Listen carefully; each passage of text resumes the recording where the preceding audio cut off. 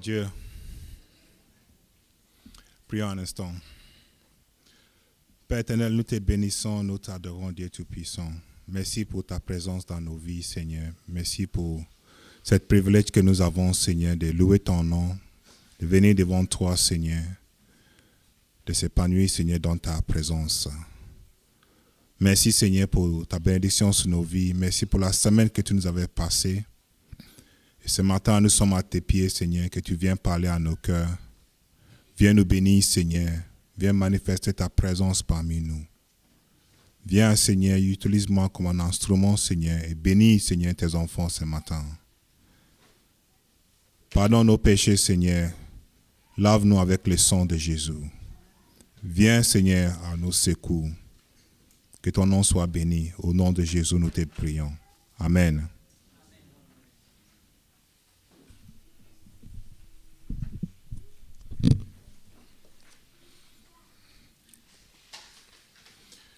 Ce matin, j'aimerais que nous regardions un texte dans le livre de Luc. Si vous avez vos Bibles, cherchons le livre de Luc et on va regarder chapitre 13.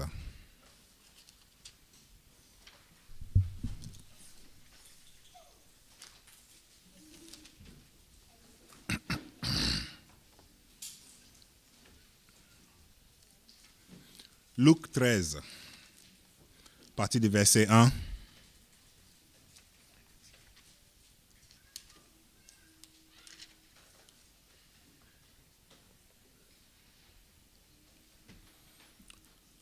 La parole de Dieu nous dit, en ce même moment, quelques personnes qui se trouvaient là racontaient à Jésus ce qui était arrivé à des Galiléens. Donc Pilate avait mêlé le sang avec celui de leur sacrifice. Il leur répondit, « Croyez-vous que ce Galiléen fût le plus grand pécheur que tous les autres Galiléens ? Parce qu'ils sont souffert de la sorte. Non, je vous le dis, mais si vous ne vous repentez, vous périrez tous également. Ou bien, ces 18 personnes sur qui est tombée la tuile de Siloé et qu'elle est tuée, croyez-vous qu'elles fussent plus coupables que tous les autres habitants de Jérusalem? Non, je vous le dis, mais si vous ne vous repentez, vous périrez tous également. Amen. On est en train de regarder des paraboles de Jésus ensemble. Et ce matin, je voulais bien aussi partager en parabole. Mais la parabole que le Seigneur a mise sur mon cœur va venir plus tard. On va déjà commencer avec cette verset. Si on arrive, vers la fin, il y a une parabole aussi qu'on va voir ensemble. Amen. Mais le sujet devant nous commence dans le livre de Luc, chapitre 13. C'est Jésus même qui est en train de parler ici. Ce sujet est très important aujourd'hui parce que nous vivons dans un monde aujourd'hui des mass médias, des réseaux sociaux. Aujourd'hui, tout le monde fait partie de la paparazzi.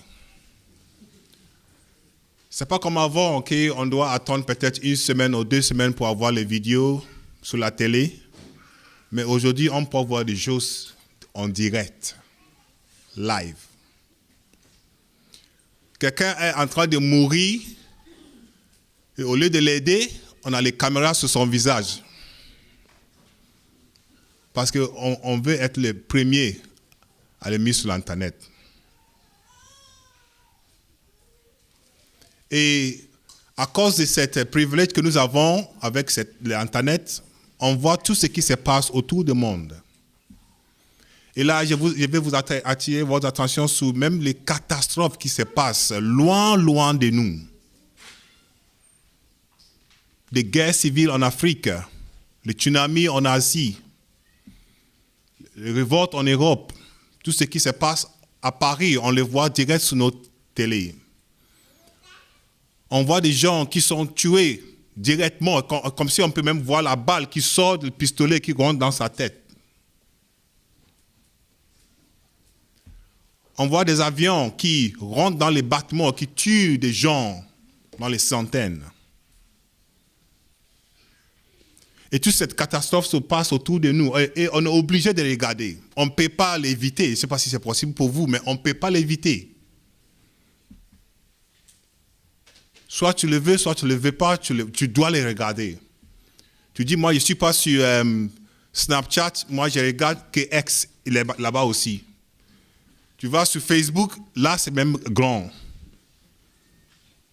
Ok, je vais regarder la télé, oui, là ils sont là aussi.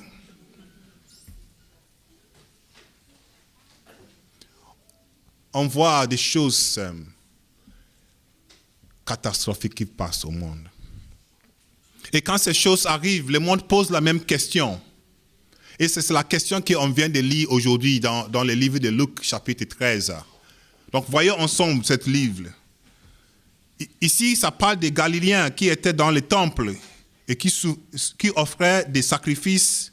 Et des soldats de Pilate sont rentrés et ils ont massacré de sorte que leur sang était mêlé au sang de leurs sacrifices. C'est graphique, c'est dramatique. Et d'autres Juifs qui vainquaient leur occupation et marchaient dans une zone de construction et une toule est tombée sur eux et ils ont écrasé à mort. Voilà ce qu'on vient de lire dans le livre de Luc. Donc, si aujourd'hui on s'est dit qu'il y a trop de catastrophes qui passent dans nos jours, mais je pense que ça n'a pas changé. Hein? Est-ce que quelque chose a changé? Non. Non. Quand on voit en Amérique les gens qui sont pris des avions, qui sont rentrés dans un bâtiment avec cet avion, et tout ce qui est dans ce bâtiment a été tué, c'est presque la même chose que nous lisons dans la Bible. Voilà pourquoi la Bible est courante dans le jour de Jésus et aussi aujourd'hui. Pour ceux qui prennent le temps pour le lire, la Bible parle de nos vies, mot à mot, rien n'a changé. Amen. Maintenant, la question qui s'occupe de ces gens qui sont en présence de notre Seigneur est que, est-ce que cela arrive à ces gens parce qu'ils étaient les plus grands pécheurs que tous les autres? C'est là le problème. Verset 2, quand vous regardez dans vos Bibles, verset 2, il dit, pensez-vous que ces Galiléens étaient les plus grands pécheurs? Verset 4, encore il répète la question, pensez-vous que ces 18 sur lesquels le tout est tombé étaient les plus grands pécheurs? C'est pourquoi cette question revient à l'esprit. Pourquoi il s'est posé cette question à Jésus? Pourquoi il demande Jésus cette question? Parce qu'en fait, dans la pensée juive, depuis le jour de Job, quand on lit le livre de Job, on tombe sur cette Job qui est dans ce problème. Toute sa vie est presque arrêtée. Un homme riche qui possédait presque tout. D'un coup, tout est tombé sur lui, n'est-ce pas?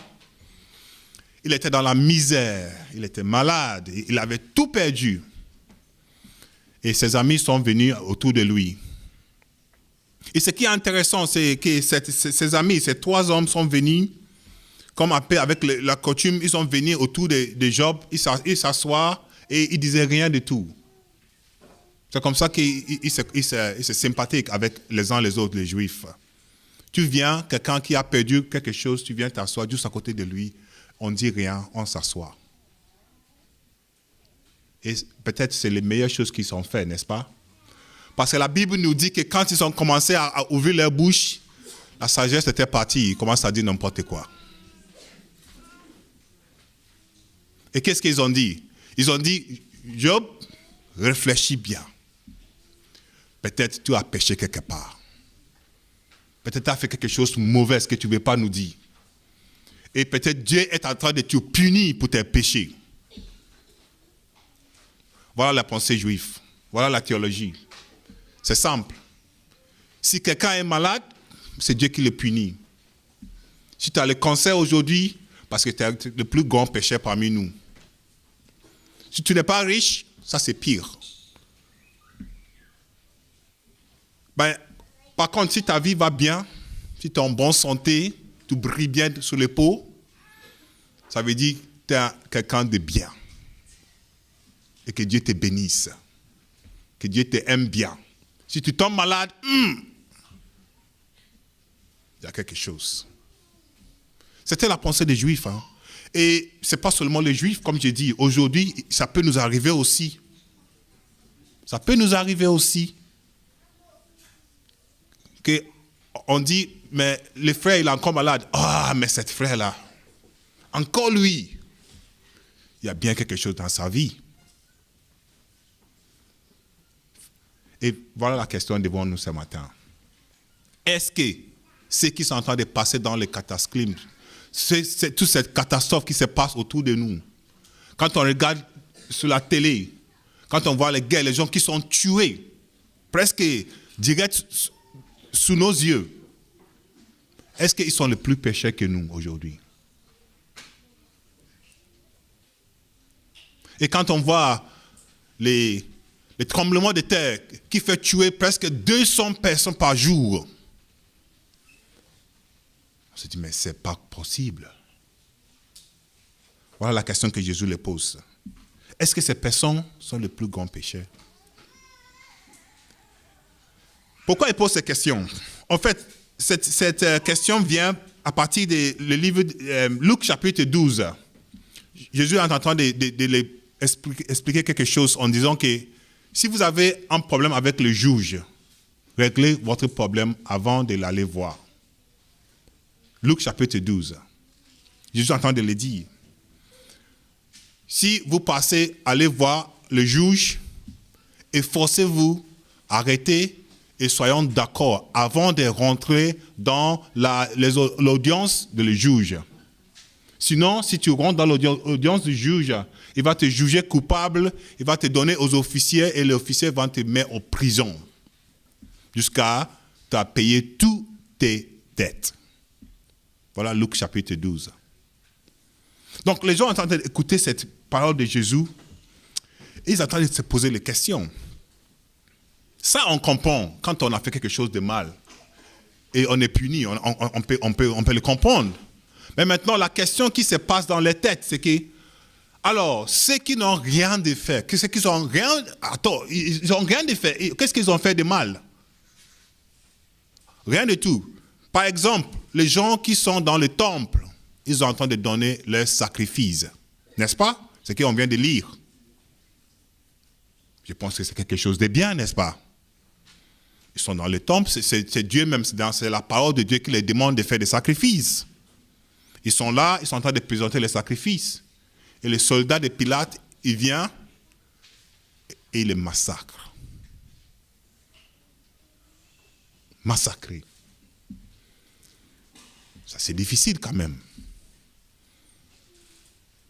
Il y a des années, aujourd'hui, on entend en Afrique, certains pays, les gens qui sont à l'église en train de louer Dieu. Et quelqu'un rentre avec un automatique et il tue tout le monde. C'est incroyable. Et on se pose la question, mais... Donc, devant Jésus, les gens se posent la question à Jésus. Alors, ceux qui s'est tué de cette manière, quelle est la réponse de Dieu sur ce sujet? Je pense que c'est une question juste, n'est-ce pas? C'est a fair question. Question juste. Mais la Bible nous dit que Jésus, il peut lire dans la tête. Hein. Il connaît les pensées des gens. Même avant de poser la question, il savait ce qui les préoccupe. Donc, au lieu de répondre à la question, où est Dieu quand cette catastrophe s'arrive? Dieu est en train de leur dire quelque chose en général. Jésus est en train de leur expliquer quelque chose qui dépasse même la question qu'ils ont posée. Quelle est la réponse? Mais Jésus va ajouter encore un autre scénario. Vous me posez la question sur ceux qui sont en train de faire les sacrifices. Ça veut dire que c'est quelque chose de bien. Alors, Jésus leur parle aussi de quelque chose encore plus banal. Les gens qui sont en train de faire leur vie normale. Ils sont en train de marcher. 18 personnes en train de marcher. Et la toule est tombée sur eux. Et ils sont morts. C'est incroyable. C'est presque la même chose qui se passe à Marseille. Les gens qui sont en train de dans une place, et quelqu'un prend un camion et il rentre en... Et combien de morts? Et en tant que chrétien, on se pose la question, mais Seigneur, t'es où dans tout ça? Quelle est ta position dans tout ça?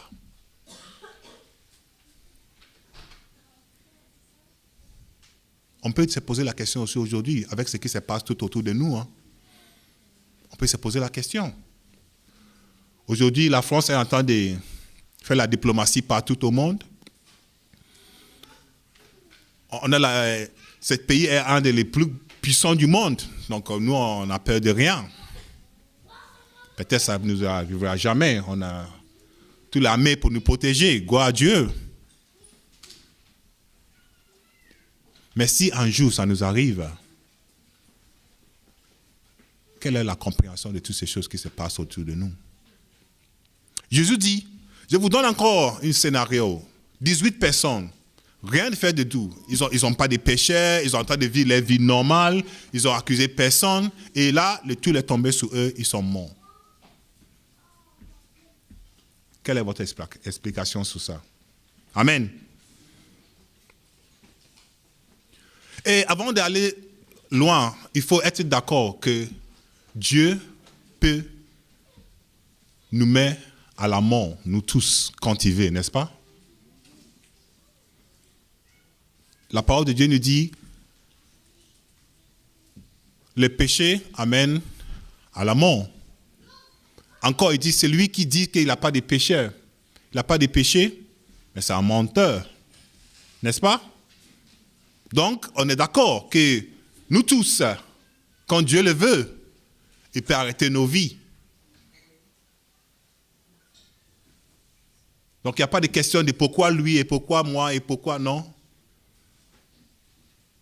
Mais quand même, Dieu fait grâce. Dieu nous donne cette grâce commune sous ses enfants et même ceux qui les rejettent. Dieu fait briller le soleil sur tout le monde, n'est-ce pas? Dieu fait tomber la pluie sur tout le monde. Et c'est à cause de ça qu'aujourd'hui, on se dit, ben, moi, si j'ai que 40 ans aujourd'hui, il faut que Dieu attende que j'ai 90 ans avant de commencer à penser de la mort. Mais non. Ce n'est pas toi qui décides. Dieu fait grâce sur les pécheurs. Et Dieu lui donne le temps de tourner vers lui. Dieu fait grâce sur même ceux qui blasphèment son nom. Et il attend qu'ils se tournent vers lui. Ce n'est pas parce que Dieu fait grâce qu'il est injuste. La question que nous devons se poser, quand on voit des choses arrivent dramatiquement, c'est que pourquoi ça ne s'arrive pas autant? Pourquoi ça ne s'arrive pas souvent? Pourquoi Dieu ne manifeste pas sa présence souvent? La question n'est pas pourquoi il les a tués, mais pourquoi il ne les fait pas? Pourquoi il ne les fait pas? C'est à cause de sa grâce. C'est à cause de sa grâce. Donc si ça ne nous a pas encore arrivé, c'est à nous de réfléchir et de se motiver de faire quelque chose différemment pour le Seigneur. Si quelqu'un se vante et dit, moi je suis en péché, c'est depuis que j'étais bébé, j'ai péché jusqu'à aujourd'hui, et me voilà en bonne santé, encore riche, j'ai tout ce que j'ai besoin, je crains de rien. Il n'y a pas de Dieu dans ce monde. Et moi je suis là, je dis, Seigneur, fais-le tomber, tape sa tête.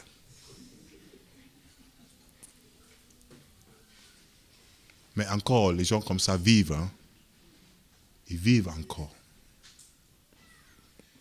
Vous savez, dans la Bible, ce jeune homme qui était derrière le prophète, il disait « Homme chauffe, homme chauffe, homme chauffe. Chauffe homme, chauffe homme. » Un prophète qui est en train de passer son route, les enfants n'arrêtent pas de le crier « Chauffe, chauffe, chauffe. » Pas de chevaux, autoroute sur la tête.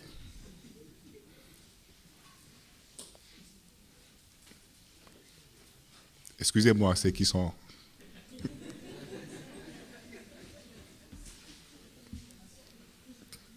Mais vous savez ce qui s'est passé? La Bible dit, où ça est sorti, il est déchiré. Il a déchiré ses enfants. Dieu peut le faire. Hein? Dieu peut le faire. Et quand il le fait, il est juste de le faire. Dieu peut nous faire tomber les moments même que nous tombons dans le péché. Les moments même, à l'instant même que nous dit un mot, les mots sortent de nos bouches quand nous mentons, il peut nous faire tomber à l'instant même. Mais Dieu est gracieux. Amen. Que ton nom soit loué. Il est bon. Et ce matin, je ne suis pas là pour vous décourager, mais je suis là pour vous encourager plutôt, autant que chrétien, dans ce monde qui est en train de mourir, ce monde qui est en train de se détruire. Je suis là pour vous encourager à aider les gens à se détendre vers le Seigneur. C'est ça mon message ce matin. La Bible nous dit que les récompenses des péchés, c'est la mort. Tout le monde va mourir, soit les bébés ou soit les 90 ans. Tout le monde, nos directions sont les mêmes pour tout le monde. Mais, quelque chose d'important. Même si tout le monde meurt, tout le monde va mourir, il y a encore tout le monde va vivre pour l'éternité. Est-ce que vous avez compris ça? Peu importe les pécheurs ou l'enfant de Dieu, nous tous, on va vivre pour l'éternité. Parfois, les chrétiens oublient ça. Parfois, on se dit, oui, c'est nous les enfants de Dieu, c'est nous qui va vivre pour l'éternité. Non, les pécheurs aussi vont vivre pour l'éternité. Mais la différence, c'est où? Où?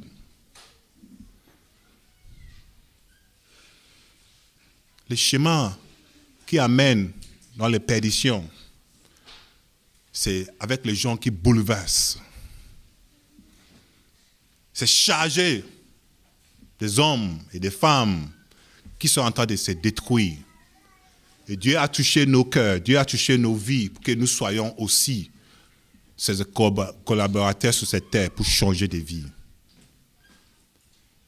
Frères et sœurs chrétiens, là où Dieu t'a placé, Dieu veut que tu influences ceux qui sont autour de toi.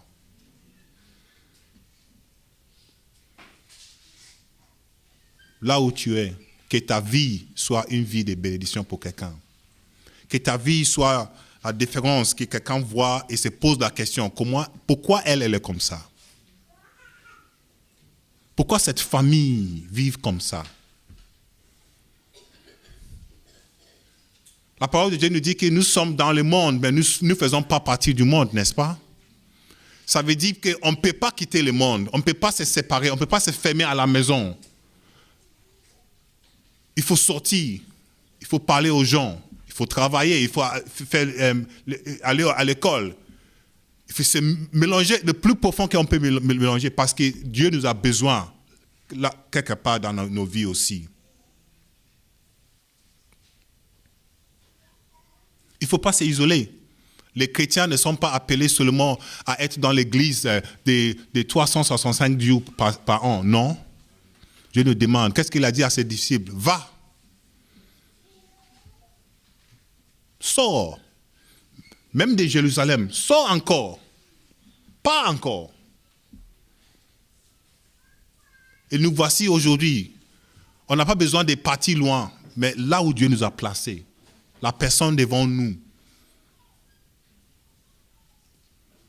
Que nos vies soient aussi une bénédiction pour quelqu'un. Parce que le monde est en train de se détruire. Amen. Donc, cette question qui a été posée à Jésus, Jésus leur répondit par une réponse qui était une perspective que les chrétiens doivent avoir. Nous devons avoir cette perspective que même si tu penses que cette catastrophe se passe autour de nous, que Dieu n'a rien à faire, mais je te dis que tu changes ta vie ou tu vas être terminé comme eux aussi. Voilà la réponse de Jésus. Voilà la réponse de Jésus. Jésus les a dit, écoute, c'est que les soldats de Pilate a massacré. Ils ne sont pas les plus grands pécheurs. Ceux que la tour est tombée sur, ils ne sont pas les plus grands pécheurs. Mais ils sont en train de montrer que la mort attend tout le monde. Que la fin est préparée pour tout le monde. Revenir encore peut-être un an après aujourd'hui, peut-être ce ne sera pas nous tous qui serons encore ensemble. Réfléchis sur nos vies, frères et sœurs. Les temps que nous vivons aujourd'hui, ce n'est pas nous que nous les tenons, c'est Dieu qui les tient.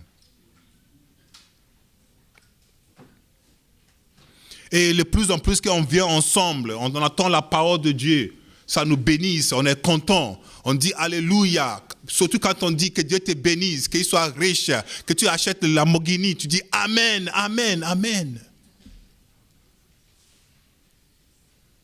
À un moment donné, on est trop enfoncé dans ce monde. On cherche trop de vivre dans le monde. Il faut donner aussi 1 minute de penser à ceux qui sont dans la perdition. Les enfants, des femmes, des hommes qui sont rien demandés. Que les bombes tombent sur eux, que les maisons sont détruites et ils meurent. Avec la grâce que Dieu nous a donnée, frères et sœurs chrétiens, influençons le monde. Amen. Pourquoi les disciples sont partis loin de leur maison? Pourquoi Thomas, d'après la tradition, doit aller jusqu'à l'Inde pour proclamer Jésus? Pourquoi il n'a pas resté dans son confort en Jérusalem avec ses copains et profiter de la vigne et des bonnes choses de la terre promise? Pourquoi il est parti aussi loin? Pourquoi Jésus a sacrifié sa vie? Lui, le Dieu Tout-Puissant. Pourquoi il allait jusqu'à la croix? Pourquoi Pierre a dit, s'il vous plaît, ne me faites pas comme mon maître, fais-moi encore à l'envers, parce que je ne suis pas digne. Ça doit nous encourager aussi. Quand nous prenons nos téléphones, quand nous voyons des gens qui sont en train de perdre, des gens qui font tout pour avoir des vues sur l'Internet. C'est malheureux. C'est malheureux aujourd'hui. Frères et sœurs, prenons l'opportunité que Dieu place devant nous. L'opportunité que Dieu place devant nous. Profitons. Ce n'est pas à nous tous de devenir des prédicateurs, ce n'est pas à nous tous de chanter, ce n'est pas à nous tous de poser la main et que des miracles se passent, non. Mais c'est à nous tous de servir Dieu. Nous tous, nous avons quelque chose en nous. Le fait que Dieu t'a appelé, le fait que tu as un cœur pour servir Dieu, le fait que tu es sauvé et que tu comprends le salut, tu peux aussi servir à quelque chose. Amen. Et pourquoi je vous dis ça? Parce que peut-être vous me regardez et dites, ben frère, toi tu ne comprends pas, moi j'ai des besoins dans ma vie, je suis en train de souffrir, et tu me dis d'aller influencer le monde, laisse-les mourir avec les péchés.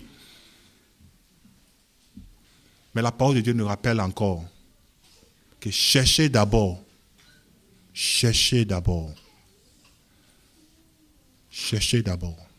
Nous avons des besoins, on est d'accord.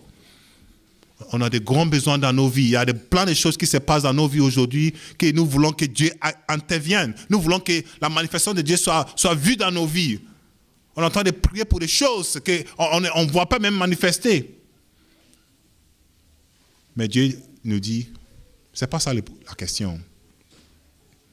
La question, c'est que là où j'étais placé, fais quelque chose pour moi. Et tu vas voir ma main dans ta vie. Amen. Les apôtres, ils ont pu faire des miracles, de grandes choses.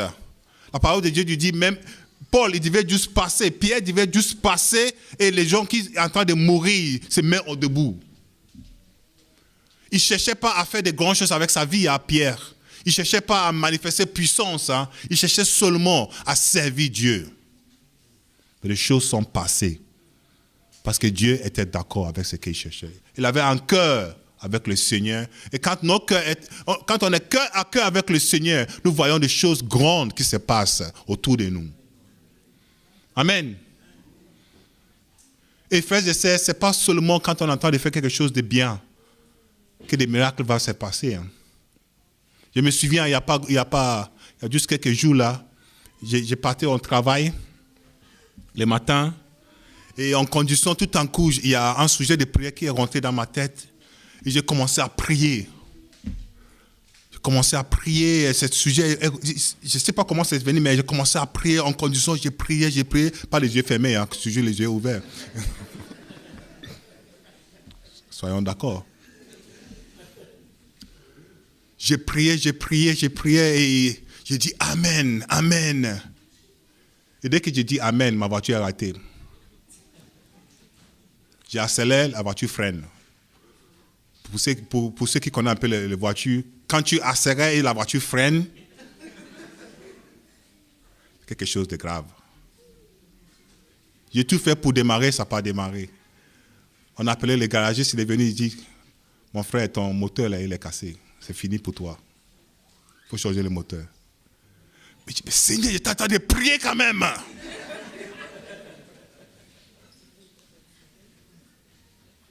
Mais pas aujourd'hui, Seigneur. Pas à ce moment que je suis en train de prier pour quelqu'un d'autre.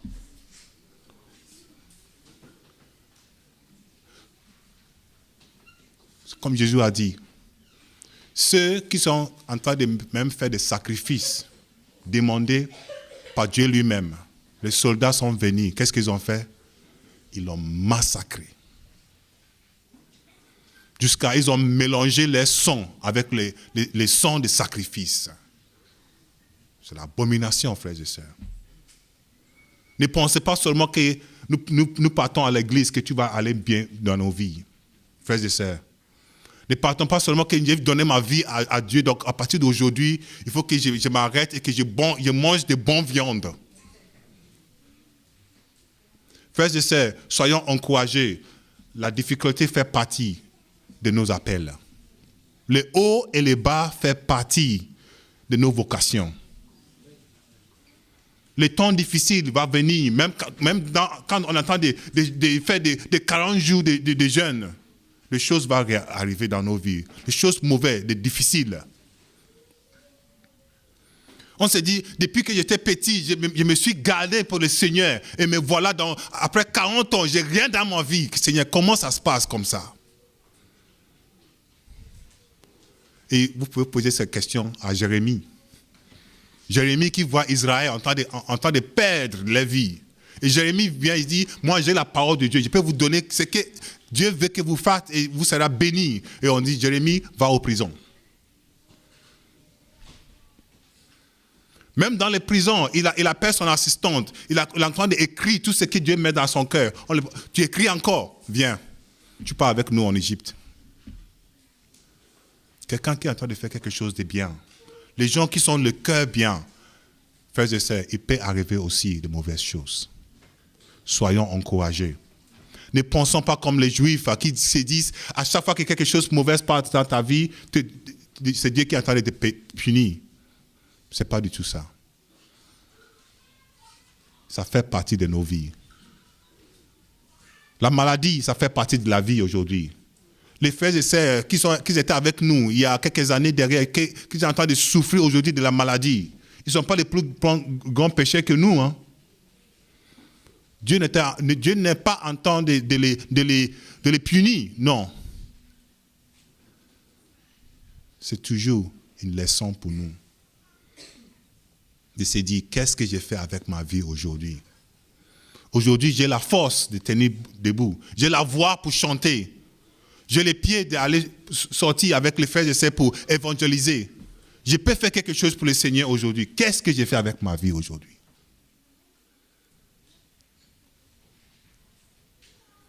Amen. Soyons encouragés. Soyons bénis. réfléchissons, regardons sur nos vies, attendons que Dieu fasse quelque chose de grand avec nous. Avoir cette espérance que l'Esprit de Dieu est en moi et je peux aussi influencer quelqu'un. Dieu peut m'utiliser aussi. Dieu peut m'utiliser aussi là où il m'a placé, dans ma famille, que je sois quelqu'un qui amène la paix. Que je sois quelqu'un qui cherche toujours à mettre les gens ensemble. Que je sois quelqu'un qui ne va pas prendre la parole et mettre là-bas pour que la confusion arrive.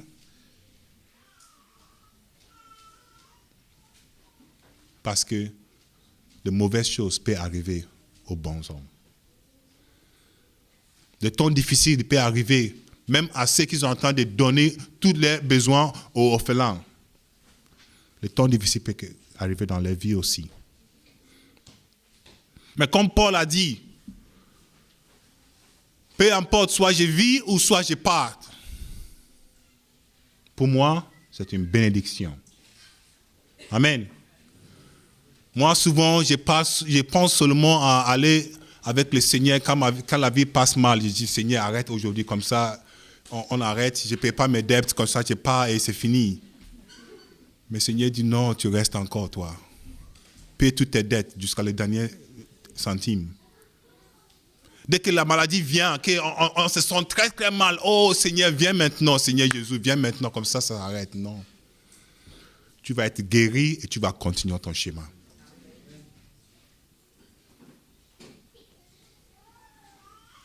Voilà ce que Jésus a présenté devant les enfants d'Israël.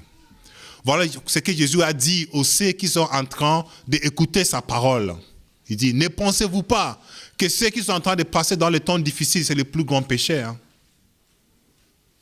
Ce n'est pas le plus grand péché. Quand des catastrophes arrivent aux gens loin de nous, on se dit, mais ça les sert bien, eux, là, ils mangent n'importe quoi, qu'ils meurent, on s'en fout. La vie doit être précieuse dans nos vies. La vie doit être précieuse dans nos yeux. Il faudra penser aux âmes. Chaque personne, peu importe qui il est précieux dans les yeux de Dieu. Si on ne peut rien faire de tout, on peut au moins prier pour eux. Et ce que nous pouvons faire, c'est la personne qui est devant nous, nos collègues, nos familles, peu importe qui, que Dieu nous aide à être une Bible ouverte devant tout le monde. Amen. Si Dieu a pu changer le cœur de Paul, qui allait en lieu d'arrêter les chrétiens et de les mettre en prison, quand Étienne était en train d'être battu à mort, Paul dit, je vais garder vos vêtements, vas-y, soyons libres, comme ça vous avez la force pour les taper bien. Moi, je me suis dit, Seigneur, cette mec-là, mais qu'est-ce que Jésus a fait? C'est lui-même que Jésus prend et il utilise pour faire de grandes choses. Frères et sœurs, ce n'est pas tous ceux qui sont en prison aujourd'hui qui sont coupables. Hein? Ce n'est pas eux tous. Hein? Jusqu'à aujourd'hui, on entend quelqu'un qui sort de prison. Il a fait 30 ans en prison et on voit des voir qu'il n'était pas coupable, donc il peut sortir. Mais parfois, on se dit, oui, ça le sait bien et qu'il reste là-bas. Mais nous devons aller aussi prêcher la parole de Dieu, si Dieu nous donne l'opportunité. On se dit, ah, le frère là, il vient de sortir de prison. Ah, mon frère, tu peux asseoir derrière là, reste derrière, ne viens pas trop pour... Ah, c'est toi qui es prisonnier. Ok, va derrière. On est juste, c'est du jugement dans nos têtes toujours. Qu'on est mieux que ceux qui sont en train de passer dans le temps difficile. Jésus dit, ils n'ont pas les plus grands pécheurs. Et si vous, c'est ça que nous devons dire aujourd'hui, les chrétiens doivent prêcher au monde et leur dire que si vous ne changez pas vos vies, vous péririez aussi comme eux. Amen. Que Dieu nous aide. Et pour terminer, j'aimerais que nous regardions cette parabole que Jésus a dit pour aussi expliquer comment nous vivons sous les temps empruntés. Nous sommes en train de vivre sous des temps empruntés.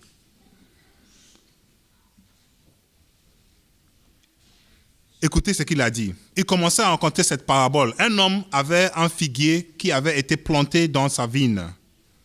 Il va y chercher du fruit et il n'en trouvera pas. Et il dit au vigneron, voici, il y a 3 ans que je viens chercher du fruit à ce figuier. Et je n'en trouve pas. Qu'est-ce qu'il dit? Coupe-le. Coupe-le. Pourquoi occupe-t-il la terre? 3 ans, je viens chercher du fruit. Cette plante, cet arbre sert à rien du tout. Coupe-le. Et il répondit, laisse encore cette année, Seigneur, jusqu'à ce que je bêche tout autour de lui et je y mette des engrais. S'il donne des fruits l'année prochaine, tant mieux. Sinon, coupe-le. En fait, il y a beaucoup de gens qui sont ici aujourd'hui, vivants, mais le couteau est déjà en dessus. Ça fait des années qu'on entend la parole de Dieu. Ça fait des années qu'ils vont à l'église. Ça fait des années qu'ils voient des choses mystérieuses dans leur vie. Ça fait des années que Dieu les sauve. Mais ils restent toujours rebelles. La parole de Jésus dit, coupe-le, il ne sert à rien du tout. Mais il y a cette vigneron, et cette vigneron ça nous donne l'image de Jésus, qui vient, il dit, oh Dieu, donne-lui encore un an. Ça veut dire cet arbre, ils vivent sur un temps emprunté. Et c'est ça le sujet de mon message ce matin. Vis sur le temps emprunté. Parce que nous ne savons pas si demain il sera là, n'est-ce pas? Qui sait? Qui est sûr que demain il sera là? Nous ne savons pas. Nous vivons sur le temps emprunté. Et quand nous savons que nous avons le temps limité, chaque jour doit compter pour nos vies. Quand j'ai préparé ce message, je me suis dit, mais quel message sombre. Quel message, c'est pas brillant, ça ne touche pas mon cœur, Seigneur. Comment je peux prêcher ça? J'aimerais bien et dire que Dieu te bénisse, que Dieu va manifester sa grandeur dans ta vie, que tu vas gagner le loto. Oh non, pas le loto.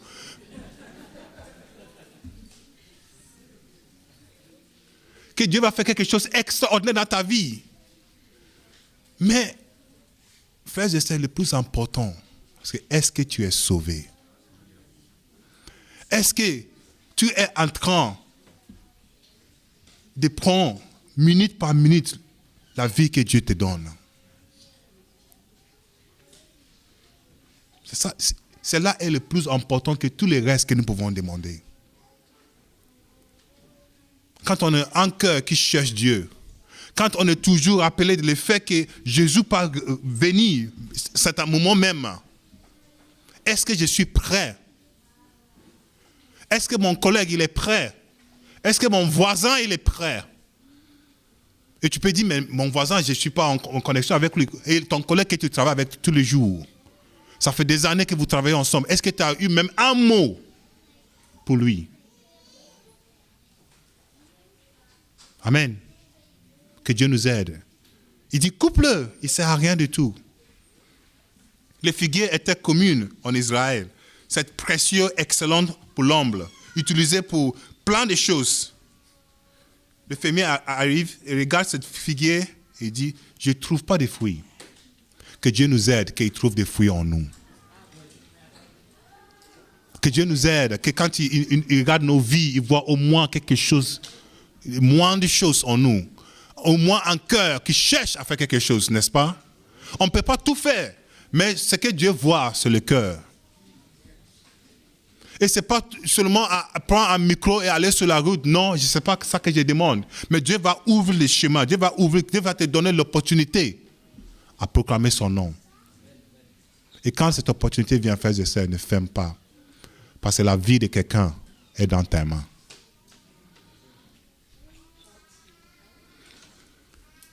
Prions que Dieu nous aide. Regardons simplement le monde comme notre Seigneur a regardé. Regarde le monde, avoir cette perspective comme Jésus a eu. Jésus a vu le monde comme le monde qui va en perdition. Et il avait un cœur pour le sauver. Voyons les mêmes perspectives, frères et sœurs. C'est lui qui est devant nous. Si on peut le parler, s'il veut nous donner juste 1 minute, demandons-le s'il est sauvé, s'il a donné sa vie au Christ. Amen. Et c'est facile ici en France parce que dès que je pose la question, il me dit, ah ben je suis baptisé. Hein. Moi j'étais baptisé à 5 ans. Donc moi je suis déjà dans le royaume. À 5 ans, oui. Et tu étais baptisé pourquoi? Je ne sais pas. Mais j'ai fait mon baptême. Et voilà une opportunité de commencer une conversation. Amen.